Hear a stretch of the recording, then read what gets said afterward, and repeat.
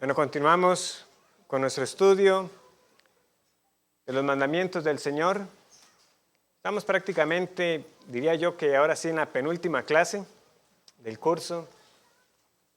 Les recuerdo que si alguno tiene consultas acerca de todo lo que vimos durante estos años, o sobre alguno de los mandamientos en particular, me lo pueda hacer llegar y de esta manera ver si podemos abordarlo en la próxima clase, que creo yo que estaría siendo ya entonces la última. Como estábamos viendo, ¿verdad? La codicia revela usualmente un descontento en nuestra vida, una falta de agradecimiento con el Señor. Pero el alcance que tiene nos muestra que en efecto, si nosotros redujéramos la ley, porque en cierto momento dijimos, bueno, ¿por qué estudiamos los 10 mandamientos si tenemos otros resúmenes de la voluntad del Señor? Bueno, porque la importancia que ellos tienen para hacernos ver de que si nosotros condensáramos la ley como se le preguntó al Señor Jesucristo, ¿cuál es el primer gran mandamiento? Nosotros no lo podemos cumplir. Amar al Señor nuestro Dios con todas nuestras fuerzas, con toda nuestra mente. Lo incumplimos cada vez que nosotros codiciamos. Por eso les decía que transgredir el 10º mandamiento nos lleva de vuelta al primero, porque aquello que codiciamos es un ídolo. Por eso Pablo puede decir que toda avaricia es idolatría, como escribió en su carta a los Colosenses. Pero no solamente podemos nosotros decirlo de esa forma. Hay un ejercicio que uno puede realizar, y si por ejemplo revisan cómo Thomas Watson lo hace en su obra de los 10 mandamientos, él nos muestra cómo al quebrantar el 10º quebrantamos cada uno de ellos. Porque por ejemplo, no solamente nosotros hemos puesto aquello que codiciamos como otro ídolo, sino que también quebrantamos el 2º mandamiento porque usualmente nos rendimos a eso. Nos inclinamos a ello, aunque físicamente no nos estemos arrodillando, pero ciertamente es el lenguaje que la Biblia utiliza, que no solamente es que lo ponemos como un Dios, sino que también lo adoramos. Por eso se habla del amor al dinero también. También quebrantamos el 3er mandamiento al usar el nombre de Dios para justificar lo que realmente ha nacido de nuestro corazón codicioso. Él pone aquí el ejemplo, sí creo que es Absalón, ¿verdad? Que también le miente a su padre diciendo que él va a cumplir voto con el Señor. Y lo que ha hecho realmente es montar, ¿verdad? Toda esta campaña para quedarse con el trono. ¿Qué era lo que él quería? Él quería el poder, él quería el lugar de su padre. Pero vemos cómo le fue poca cosa tomar el nombre de Dios en vano. Tampoco guardamos el día del Señor al estar ocupados en cómo obtener aquello que hemos convertido en objeto de nuestra devoción. Si somos también francos, cuando algo está cautivando nuestra manera de pensar, porque es tanto que lo deseamos, no importa que sea lunes, martes o que sea el día del Señor, estamos pensando en ello, no estamos dando reposo a nuestras almas. ¿Recuerdan también Miqueas 2? Como aquellos que se acuestan, ¿verdad?, maquinando esa iniquidad aún en sus camas y al día siguiente para ocuparlo. También, ahorita se me está olvidando el libro específico que habíamos estudiado, pero en uno de los profetas menores, creo que era en Amós, nosotros teníamos también el caso de esas personas que no esperaban el momento en que terminara el reposo para ellos dedicarse a sus labores nuevamente seculares. Eso es lo que sucede cuando la codicia está en nuestros corazones. Y la segunda tabla de la ley también se ve directamente afectada, y más específicamente según lo que queremos. Si lo que buscamos es acumular dinero, cerraremos nuestra mano para no honrar a nuestros padres, por ejemplo. ¿Cuántos hijos hay que no ven por sus padres? Simplemente porque ese corazón ya está cerrado para no dar de lo que el Señor les ha dado. Otros estarán dispuestos a matar por conseguirlo. Habrá quienes consumarán la infidelidad que nació en su corazón y otros robarán lo que es de su prójimo. El asunto es que este mismo ejercicio lo podemos hacer con todos los demás mandamientos, pero con el 10º vemos cuánto nos ayuda a ilustrarlo con mayor claridad. Por eso es que Santiago puede decir que el que quebranta un mandamiento ha quebrantado toda la ley. Por eso es que le hemos llamado a este mandamiento un mandamiento del corazón. Entonces, ¿cómo podemos aplicarlo? Podemos ir a la sección de aplicaciones. Empecemos por ahí. Si hemos llamado a este mandamiento un mandamiento del corazón, ¿examinamos nuestros corazones para identificar esos deseos que desagradan a Dios? ¿Examinamos nuestros corazones para identificar esos deseos que desagradan a Dios? Tanto en lo general como en lo específico. Recuerden que la manera en que está redactada el mandamiento lo podemos expresar de manera breve como no codiciarás. Así lo escribe Pablo en su carta a los Romanos. Pero también en su forma específica, no codiciarás, ¿verdad?, la mujer de tu prójimo, la casa de tu prójimo, los siervos de tu prójimo, el buey de tu prójimo. No solamente basta que nosotros digamos vagamente, pues sí, yo he codiciado ciertas cosas. No, has deseado algo de tu prójimo. Has querido su casa, su pareja, su ingreso. Así es como debemos examinarnos. Porque el mandamiento también va a lo específico. Otra pregunta para consideración. ¿En qué se diferencia el 10º mandamiento de los otros 9? Hay varias respuestas posibles. Lo he dicho anteriormente, ¿verdad?, que lo hemos llamado un mandamiento del corazón. No porque los otros 9 no expongan también lo que hay en nuestros corazones, pero principalmente porque es el único mandamiento que solamente Dios ve si lo hemos quebrantado. En primer lugar. Esa es una diferencia también. ¿De qué manera, nos dice un autor que nos invita a reflexionar sobre este mandamiento, de qué manera la publicidad de nuestros días estimula la envidia? ¿Está conociendo nuestra naturaleza? La publicidad obviamente busca explotar esto también. ¿De qué manera la publicidad de nuestros días estimula la envidia? También hay varias formas de contestarlo, ¿verdad? Podríamos decir que una forma de hacerlo es provocando el sentimiento de que nos estamos perdiendo de algo.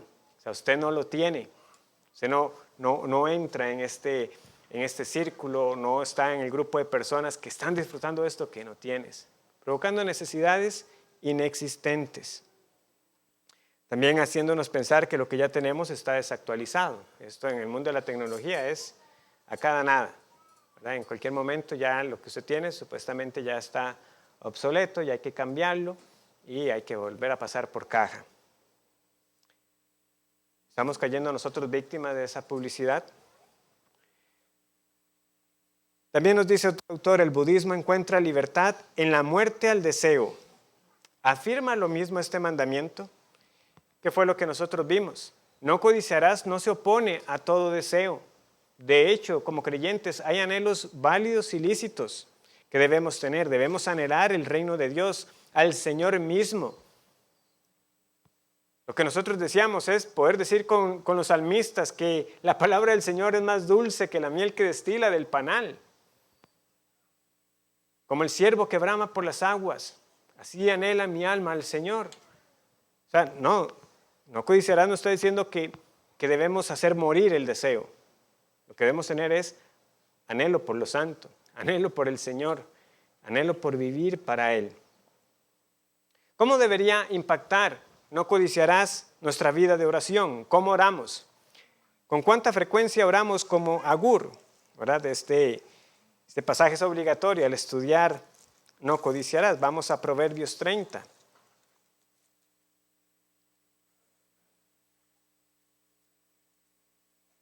Proverbios 30, del 7 al 9.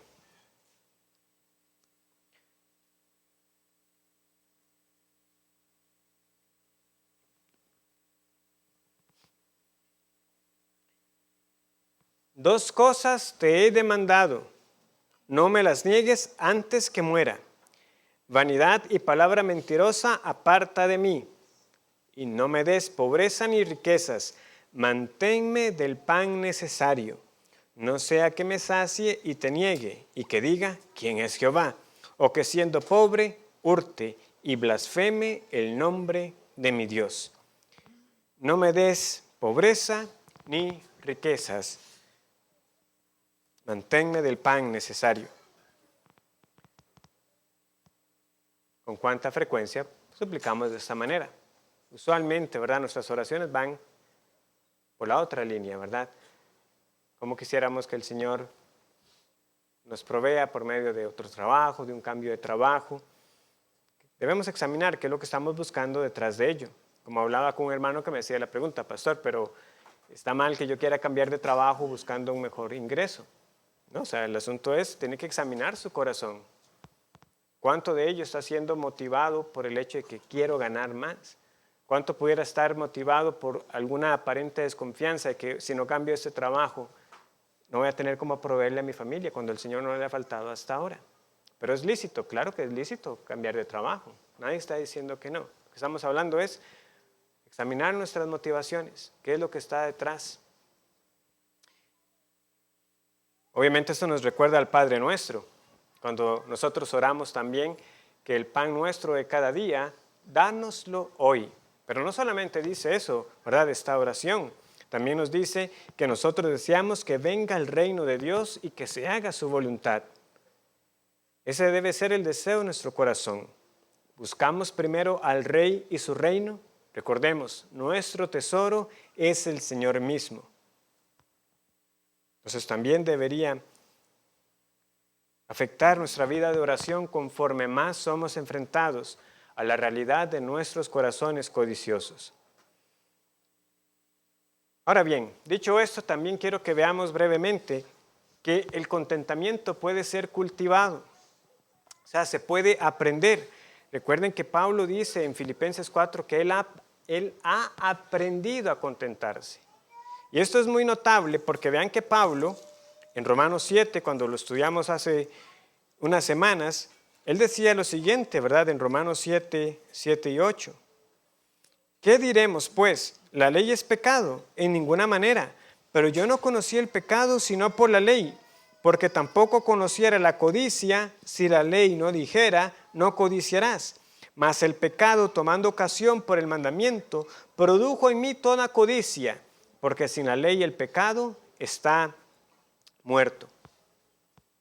Bueno, ya establecimos nuestros principios de interpretación de este pasaje. Hablamos aquí de este Pablo, antes de su conversión, en quien la obra de la ley está dando ahora su resultado. El Espíritu está aplicando la ley, está exponiendo el pecado que hay en la vida de Pablo, y él se sorprende cómo al enfrentarse a la ley, más bien se da ahora a mucha más codicia. O sea, produjo en mí toda codicia, cuando la ley me dice, no codiciarás. O sea, Pablo conoció esta lucha. Él dice, yo sé lo que dice la ley. Antes de mi conversión, ese pecado afloró. Cuando finalmente caí en cuenta de que no podía cumplir la ley, produjo en mí toda codicia. Sin embargo, como vimos, él puede decir que él ha aprendido a contentarse. Nosotros no tenemos que quedarnos ahí. Si el Señor nos ha salvado, nosotros también podemos aprender el contentamiento y no quedarnos en las miserias de la vieja naturaleza, diciendo que simplemente la ley produce en nosotros toda codicia. Vean al punto que Pablo aprendió a contentarse, que él luego le dice esto a los ancianos de Éfeso. Vamos a Hechos capítulo 20.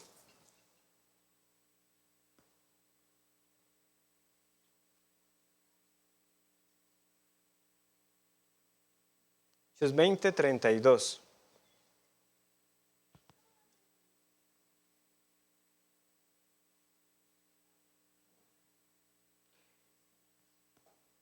Hechos 20, 32 dice, y ahora, hermanos, os encomiendo a Dios y a la palabra de su gracia, que tiene poder para sobreedificaros y daros herencia con todos los santificados.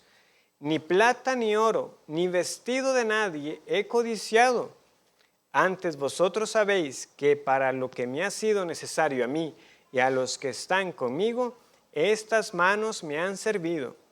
En todo os he enseñado que, trabajando así, se debe ayudar a los necesitados y recordar las palabras del Señor Jesús, que dijo: más bienaventurado es dar que recibir.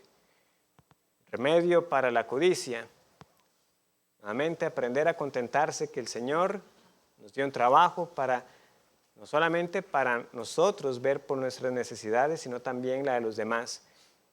Y encontrar más bien la bendición de lo que es dar a otros en vez de solo recibir. Este es el Pablo que, como les digo, ahora puede decir: he aprendido a contentarme cualquiera que sea mi situación.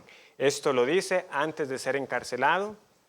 Luego vendrá el tiempo de estar en prisión. Igualmente dirá que él está contento, que el Señor le ha enseñado, así cuando hay escasez como cuando estaba en abundancia.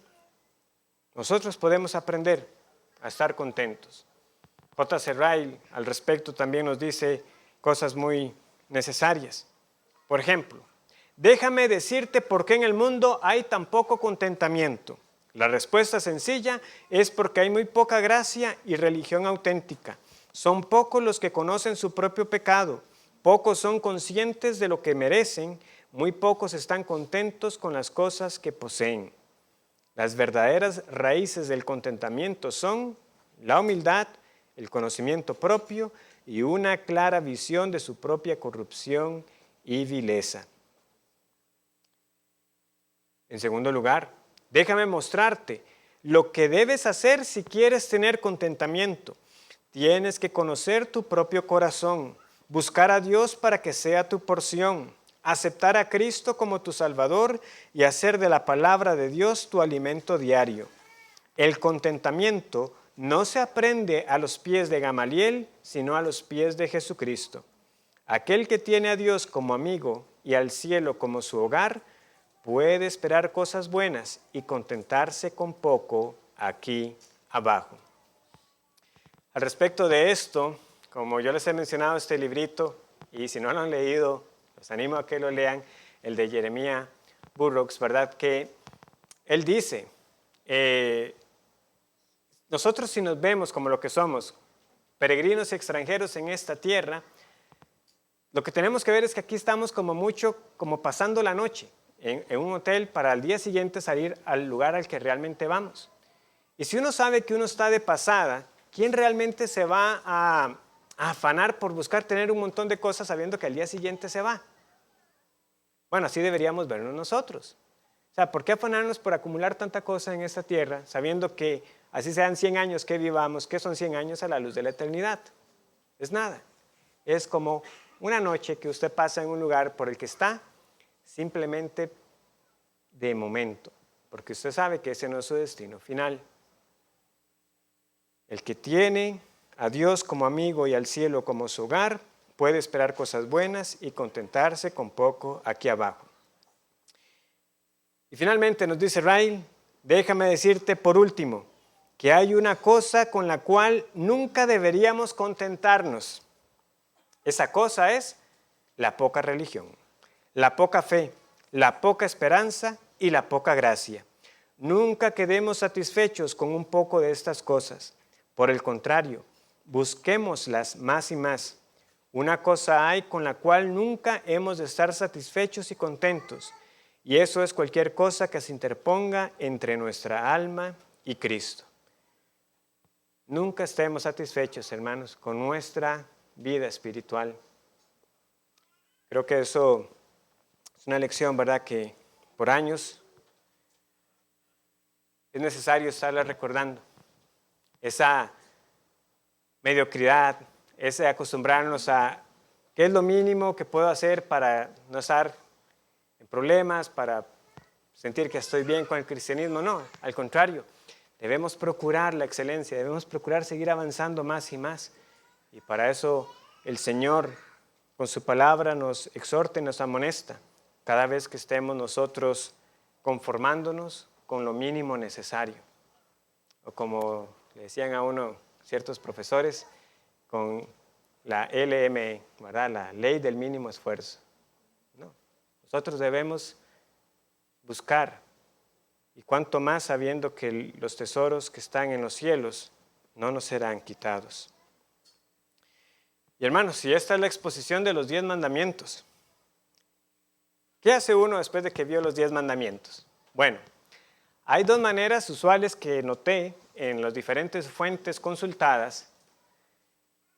Y una manera es, primero, haciendo un resumen de la ley. Es decir, ¿cuál es la síntesis de cada mandamiento? ¿Qué podemos hacer con cada uno de ellos?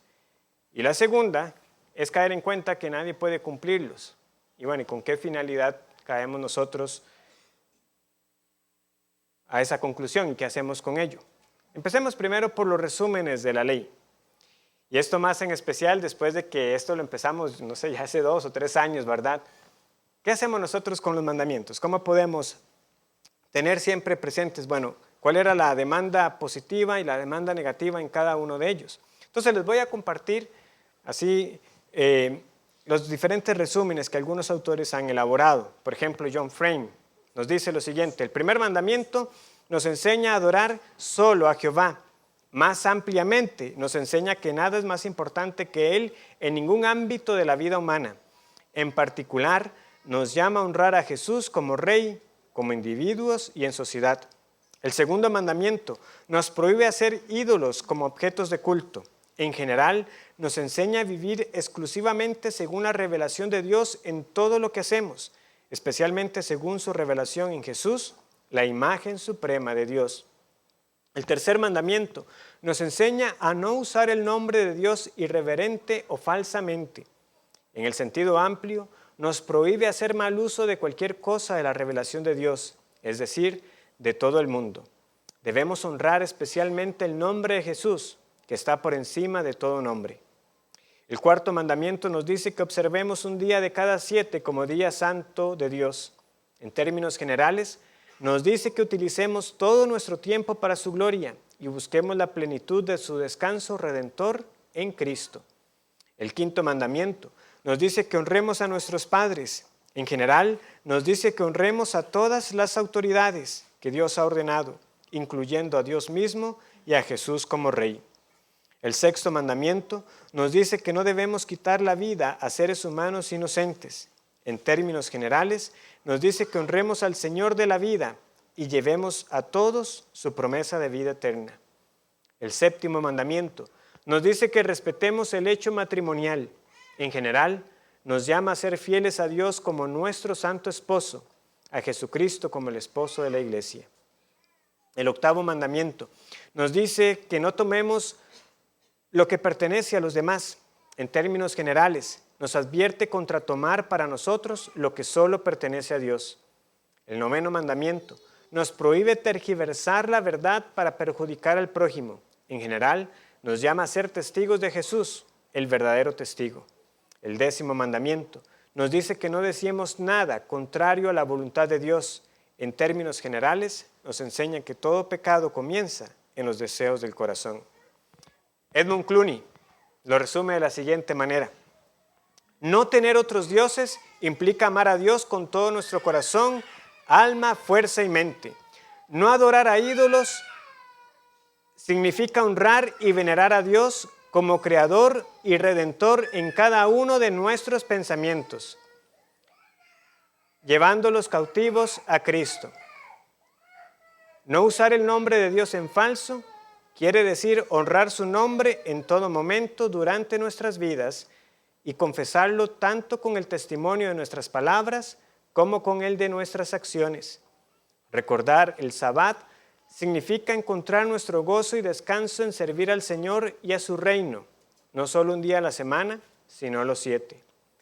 Honrar a tu padre y a tu madre es aceptar y promover los valores familiares que Dios estableció en la creación y honrar a todos los miembros de la familia de Dios.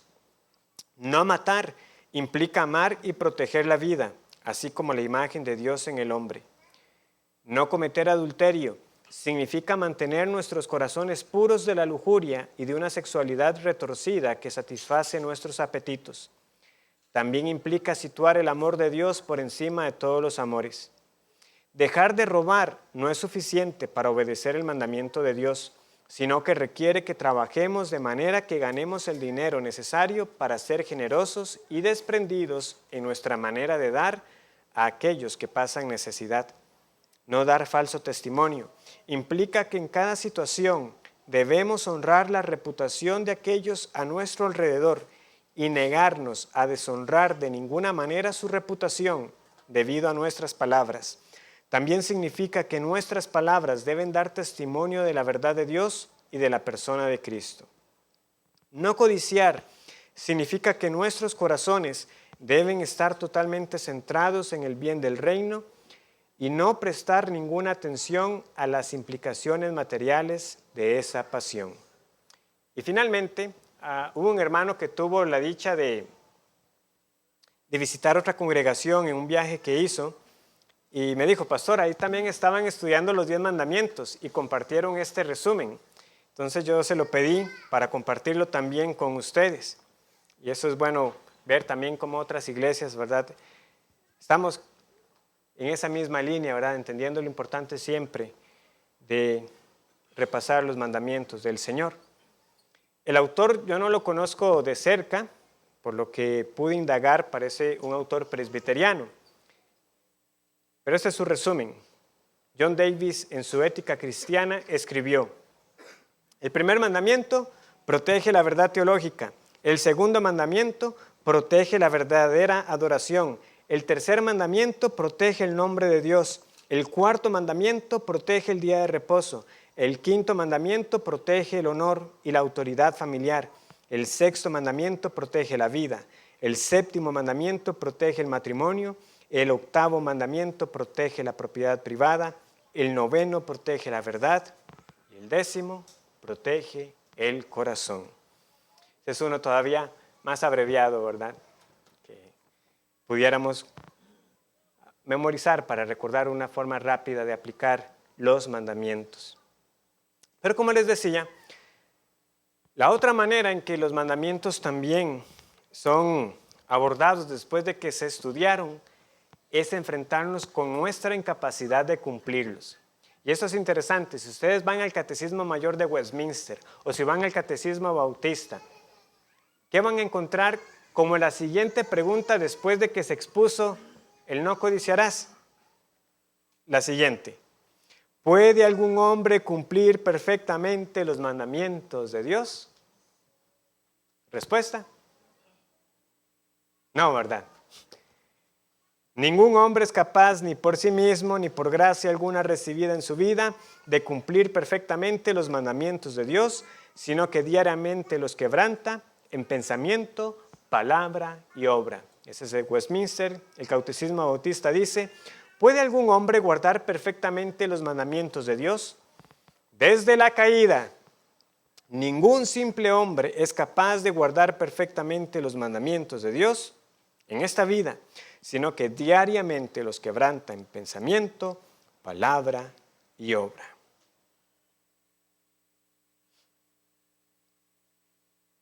Yo añadiría y hasta en omisión, pero no soy más sabio que ellos. Debe estar incluido obviamente en aquella obra que no hacemos. ¿Por qué, hermanos? Porque recuerden la finalidad de los catecismos, ¿verdad? Era tomar ese tiempo para instruir a los convertidos y en especial también a las familias, a los niños desde temprana edad, en preguntas y respuestas que se memorizaran. Y está usted, ¿verdad?, tomando este tiempo con sus hijos, enseñándoles los mandamientos, qué demandan positivamente, qué demandan negativamente, para luego hacerles aprender esta pregunta: ¿puedes cumplir los mandamientos de Dios? No, no hay ningún hombre. Desde la caída, ninguno lo puede cumplir. Porque la finalidad de exponer nuestra incapacidad es humillarnos. Porque como dijo Watson, aunque el hombre perdió su capacidad para cumplir los mandamientos de Dios, Dios no perdió su derecho para exigir que se cumplan. Él no ha perdido su derecho para mandar. Y dado que la perfecta obediencia es imposible para nosotros, a través de la ley somos llevados a Cristo, el único que sí cumplió la ley en nuestro lugar. Recuerden que ese es uno de los propósitos de la ley. Expone nuestro pecado, pero también es un ayo para llevarnos a Cristo. Y por eso es la importancia, padres de familia, que tomemos también el tiempo para estar con nuestros hijos, repasando los mandamientos de Dios, no porque busquemos simplemente una obediencia externa en ellos, solamente para decirles esto es lo que Dios dice. Sí, Dios lo dice porque tiene todo derecho para pedírtelo, pero también tienes que caer en cuenta, no los vives y papá tampoco lo vive como tiene que ser, porque ellos nos hacen ver que solo hubo uno que sí lo cumplió. Es nuestro Señor Jesús. En Él tiene que estar toda nuestra fe. En Él es quien está nuestra esperanza. El único que sí la cumplió en nuestro lugar. Pero como les decía, con todo, tenemos que concluir. Hay mucho más que podríamos decir de los mandamientos. Yo creo que algunos en algún momento se sorprendieron del alcance que algunos tenían, ¿verdad? Pero eso también está abarcado llámese en el segundo, en el tercer mandamiento. ¿Qué teníamos nosotros que estar viendo con el cuarto mandamiento, que fueron también varias semanas? Y aunque vimos varios casos, también puedo decirles que hubo varios casos que dejé por fuera. Otros no fueron profundizados. Otros, cuando yo rebobino la manera en que expuse algunos casos o cómo traté de sembrar la inquietud para que vieran qué cosas teníamos que considerar en los mandamientos, yo diría que ahora lo expondría de manera diferente, porque a veces me temo que quizás algunos, ¿verdad?, lo que están esperando no es tanto una exhortación, sino algo de lo que se puedan agarrar para decir, el pastor piensa de esa manera, o el pastor dijo tal cosa, ¿verdad?, como para tener un consenso. Y pensar que yo estuviera fomentando alguna conducta contraria al espíritu de un mandamiento, y no. En algunos casos simplemente planteaba la situación, pero es cada uno, de nuevo, tiene que recordar qué es lo que pide el Señor. Para eso también el Señor nos ha dado cada uno una conciencia, sentidos espirituales que debemos ejercer. Pero si tenemos que tomar, entonces, a manera de conclusión, quiero que les quede esto. Recuerden el criterio triple para tomar decisiones. Con fe, de acuerdo a la palabra y para la gloria de Dios. Si usted puede responder a esas tres preguntas, entonces tome la decisión que deba de tomar. Si usted puede decir que la está tomando con fe, que es conforme a la palabra de Dios, que usted puede inferir de ella por necesaria consecuencia o explícitamente que eso es lo que el Señor pide o lo que el Señor prohíbe y que su motivación es la gloria de Dios, adelante. Pero pocas veces hacemos el ejercicio a conciencia, que toda decisión que tomamos conlleva esos tres elementos. Pero mucho bien vendrá a nuestra vida al conocer más la palabra, porque cuanto más la conozcamos, más entendidos seremos en la ley del Señor y en el alcance que ella tiene. También, porque al ir a la palabra veremos a Cristo, que si bien su vida fue más que un ejemplo, ¿verdad? La vida de nuestro Señor fue necesaria. O sea, Cristo tuvo que vivir esa vida de perfecta obediencia a la ley para nuestra redención. De otra manera hubiera sido imposible. Pero como recientemente escuchábamos en 2 de Pedro, también la vida del Señor nos sirve como ejemplo para que sigamos sus pisadas, escribió el apóstol, ¿verdad? Entonces también tenemos en la vida de nuestro Señor Jesucristo un ejemplo de cómo vivir a la luz de los mandamientos de Dios, entendiendo una vez más que sí, Él sí los cumplió perfectamente, nosotros no, pero ahí está, es para que sigamos sus pisadas. Nuestra incapacidad de obedecer la ley de Dios no excusa nuestro pecado, sino que más bien es para nosotros saber por dónde conducirnos. Porque ser como Él es nuestra meta. Y mientras llega el día de la glorificación, aquí tenemos la senda trazada por la cual podemos caminar con seguridad hasta que Él vuelva por nosotros. Entonces, citando una vez más, Hebreos 5:14, ejercitemos pues nuestros sentidos espirituales en el discernimiento del bien y del mal. Hermanos, yo espero que este estudio les haya sido de gran provecho. Como les digo, la próxima semana abordaré las preguntas que haya de algunos casos, situaciones que desean que se aclaren más. Después de esto, ¿qué estaremos haciendo? Bueno, también les pido desde ya que estemos orando por el curso llamado Instrumentos en las manos del Redentor. Para los que tienen algunos años acá, sabrán que ese curso ya lo impartimos. Pero los pastores estamos conscientes de que muchos que han venido recientemente, pues obviamente no estuvieron cuando el curso se dio. Tampoco no todos, ¿verdad? A veces pueden tener el tiempo para repasar todos los cursos que se han dado. Y es bueno volver a estudios que ya hemos dado. Entonces, posiblemente por lo que resta del año estaremos estudiando de nuevo este curso. Pero si no, hay más, como les digo, si no hay del todo preguntas para la próxima semana, puede ser que entonces empecemos de una vez con el curso de instrumentos en las manos de un Redentor. Que el Señor les bendiga, mis hermanos.